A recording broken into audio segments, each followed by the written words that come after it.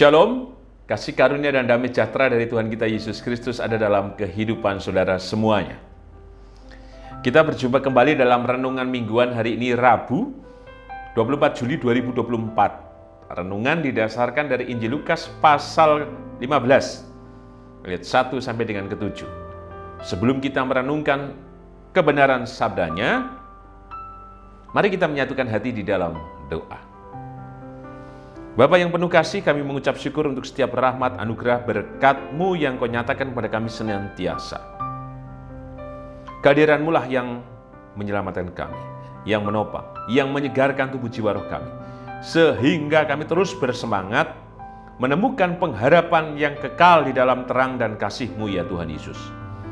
Maka kebenaran sabda-Mu yang hendak kami renungkan bersama, kami yakini inilah cinta kasih-Mu yang kekal itu kepada kami, sehingga kami dalam kebenaran firman-Mu ini Tuhan, terus Kau hadirkan kuasa-Mu, pengharapan, kekuatan dan penyertaan untuk kami.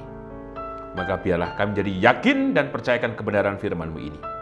Untuk itu ya Tuhan, berfirmanlah, kami siap mendengarkannya dan melakukannya.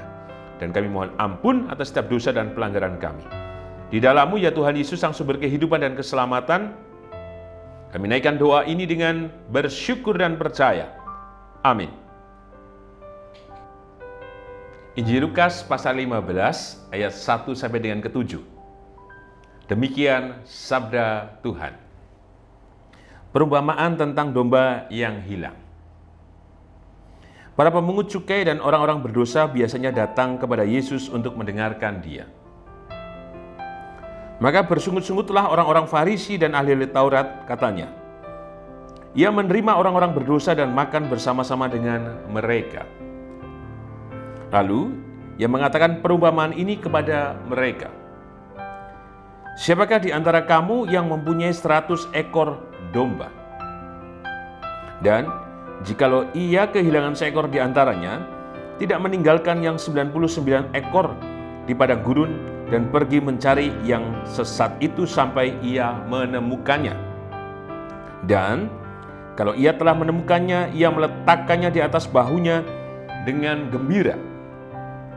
Dan setibanya di rumah, ia memanggil sahabat-sahabat dan tetangga-tetangganya serta berkata kepada mereka, Bersukacitalah bersama-sama dengan aku, sebab dombaku yang hilang itu telah kutemukan. Aku berkata kepadamu, demikian juga akan ada sukacita di sorga, karena satu orang berdosa yang bertobat, lebih daripada sukacita karena 99 orang benar yang tidak memerlukan pertobatan. Berbaiklah kita yang merenungkan sabda Tuhan dan berbaiklah kita yang percaya. Haleluya. Amin. Eyang kakung, eyang putri, Bapak Ibu Saudara dan anak-anak, tema renungan mingguan hari ini Rabu 24 Juli 2024 adalah sukacita di sorga. Saya dulu pernah menyampaikan juga, entah di renungan mingguan atau di khotbah hari Minggu, di mana saya pernah membaca sebuah tulisan karya dari mendiang Bapak Pendeta Eka Dharma Putra. Beliau adalah dosen STT Jakarta dan juga berjabatan sebagai pendeta di GKI, Gereja Kristen Indonesia. Beliau mengatakan, khotbah yang berhasil itu bukan 99 orang kemudian ukurannya semua mendengarkan, atau 99 orang mendengarkan dari 100. Satu saja yang merasa tergugah, terberkati, itu dianggap khotbah yang berhasil. Menarik apa yang diungkapkan oleh Pendeta Eka Dharma Putra. Dalam hal ini tentu saya memaknai berkat yang satu sudah cukup. Itu adalah sebuah keberhasilan dari khotbah itu sendiri. Karena tentu dalam realitasnya jemaat mendengarkan khotbah itu kan ada berbagai situasi, kondisi, dan lain sebagainya. Ada yang mungkin merasa tidak mendapatkan apa-apa, karena itu tidak menyentuh pergulatan batinnya, atau pada saat renungan itu disampaikan, khotbah dinyatakan oleh pengkhotbah, ada yang tertidur, ada yang mungkin main WA atau HP sendiri dalam konteks sekarang, berbicara sendiri, atau mungkin pikirannya kemana-mana, atau mungkin sedang menginginkan supaya ibadah cepat selesai karena ada acara berikutnya, entah jagung atau kondangan, pergi ke mall, mau healing, mau pergi ke tempat saudara dan lain sebagainya, sehingga memecahkan konsentrasi dalam mendengarkan kebenaran firman Tuhan. Kembali di pernyataan Pendeta Eka Dharma Putra, satu saja sudah cukup. Persis dalam firman Tuhan yang kita renungkan hari ini. Ukurannya bukan 99, ada sukacita di surga.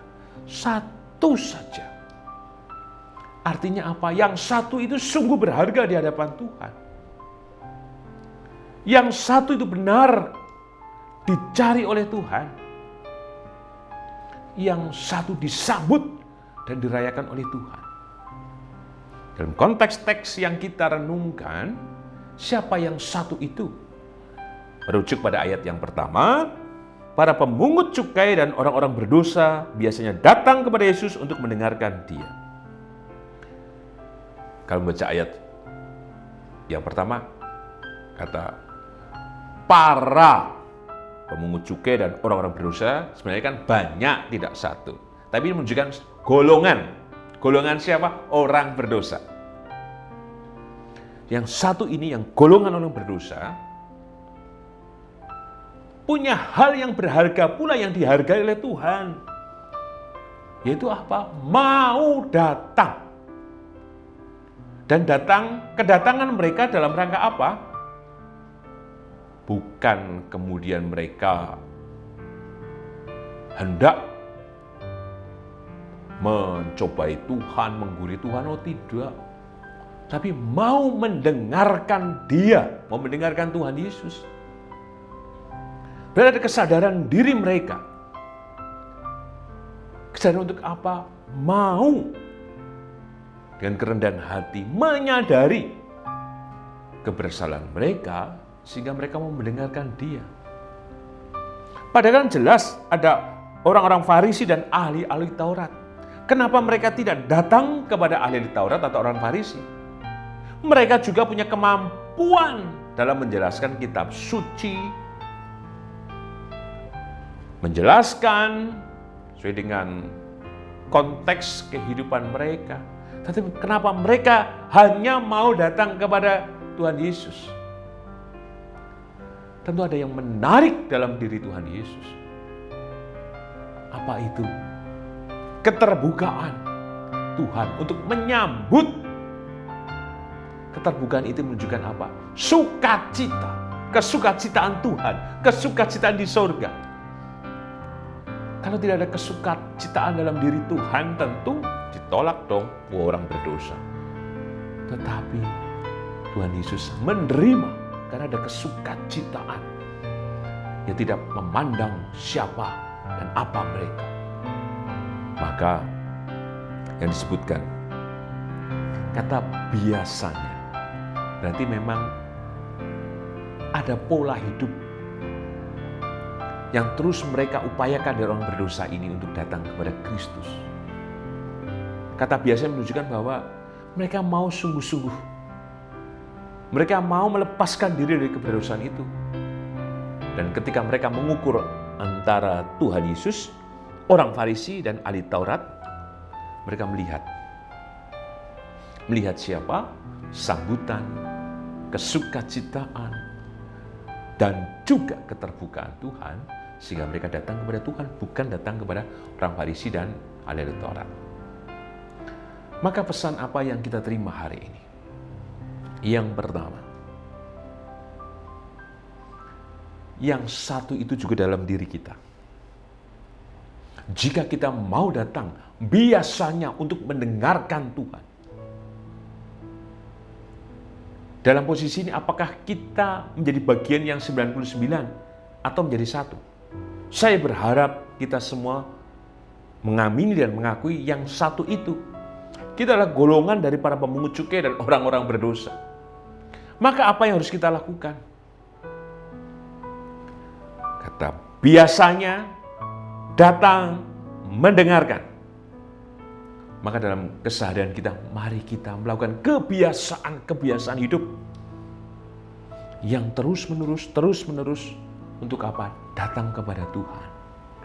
Datang dengan apa? Tentu mendengarkan Dia dengan keterbukaan batin kita. Menyadari siapa diri kita. Sehingga menggantungkan seluruh hidup kita hanya kepadanya. Berbalik, bertobat, percaya hanya kepada Tuhan. Sehingga laku hidup kita bukan laku yang pura-pura seperti orang-orang Farisi dan ahli Taurat. Tahu kebenaran firman Tuhan, tahu seluruh firman Tuhan, bisa membahasnya, hafal. Tetapi tidak menyambut berkat yang satu itu. Mereka merasa lebih tinggi dari golongan pemungut cukai dan orang berdosa. Mereka merasa lebih benar. Tetapi Tuhan justru menggolongkan ahli Taurat dan orang Farisi jadi bagian dari 99 yang merasa benar. Maka kiranya kita mengakui bahwa kita adalah bagian yang satu itu. Maka yang satu itulah kiranya kita kembali kepada Tuhan dalam segala masa peristiwa dalam keseharian kita. Supaya apa? Sukacita yang dari surga itu menyambut kita dan kita menemukan kesukacitaan dari surga itu, yaitu pengharapan, kekuatan, dan pemulihan atas kehidupan kita. Pesan yang kedua, mari kita perhatikan secara khusus di ayat yang ke-5. Dan kalau ia telah menemukannya, ia meletakkan di atas bahunya dengan gembira. Di atas bahu dengan gembira. Tuhan tidak kemudian menerima, atau tadi disebutkan di sini, yang dombanya sudah ditemukan, bukan dibanting atau dilempar, ditaruh di atas bahunya dengan gembira, dimuliakan, diberkati. Maka yakinlah, jika kita mau datang kepada Tuhan dalam kerendahan hati, yang senantiasa tadi, yang biasanya mendengarkan Dia, dan kita berubah dan bertobat, Tuhan juga akan mengangkat kita di bahunya dengan gembira. Tuhan tidak murung, menjep, jutek, tapi dengan gembira. Maka percayalah, jika kita datang kepada Tuhan, Tuhan merengkuh, menyambut kita dengan gembira. Dan kegembiraan yang darinya adalah kegembiraan yang juga mengalir dalam tubuh jiwa roh kita. Sehingga kita pun riang gembira, menemukan kesukacitaan, menemukan kesegaran, karena kita ditopang di bahunya yang kuat itu. Sehingga langkah kehidupan kita bukan kita yang berjalan. Karena kita ada di bahu Tuhan, maka bukankah Tuhan yang berjalan memimpin setiap langkah kehidupan kita. Dan sebagai penutup, tema sukacita di sorga. Kita perhatikan di ayat yang ke-7. Aku berkata kepadamu, demikian juga akan ada sukacita di sorga karena satu orang berdosa yang bertobat, lebih daripada sukacita karena 99 orang benar yang tidak memerlukan pertobatan. Ini menjadi peringatan yang keras untuk kita bersama. Keaktifan kita, seringkali kita merasa bahwa kita soleh. Keaktifan atau rutinitas kita dalam pelayanan seringkali membuat kita tidak merasa bahwa kita berdosa. Bahkan mungkin kita merasa kita paling benar. Maka kiranya teks yang kita renungkan hari ini mengingatkan kita bersama agar kita tidak terjerembab dan masuk menjadi golongan 99 yang merasa benar dan tidak memerlukan pertobatan. Jika ini terjadi, maka kesukacitaan yang dari surga tidak akan pernah kita temukan. Bahkan yang kita rasakan adalah kita seperti berjalan sendiri. Kita tidak akan pernah merasa bahwa kita diangkat di bahunya dengan gembira. Kembali pada ayat yang ke-7 ini. Akan ada sukacita di surga karena satu orang berdosa yang bertobat. Maka datanglah senantiasa kepada Tuhan untuk melakukan pertobatan, bukan sekedar ucapan, tapi perubahan, pembaruan diri dalam segala hal. Sehingga kehidupan kita bukan apa saja yang nampak, tetapi yang memang ada dalam diri kita yang kita wujudkan. Maka yakinlah, Tuhan menyambut kita. Berkat yang satu itu untuk kita satu persatu jika kita mau datang kepadanya. Maka sukacita yang di surga itu ada dalam kehidupan kita kini dan sepanjang masa. Amin. Mari kita menyatukan hati di dalam doa. Bapa yang penuh kasih, kami mengucap syukur untuk setiap kebaikan, kemurahan, dan kebenaran firman-Mu yang telah kami renungkan bersama. Bahwa ada sukacita surga jika kami terus datang kepadamu. Maka mampukan kami Tuhan dan kerendahan hati mau datang kepadamu senantiasa.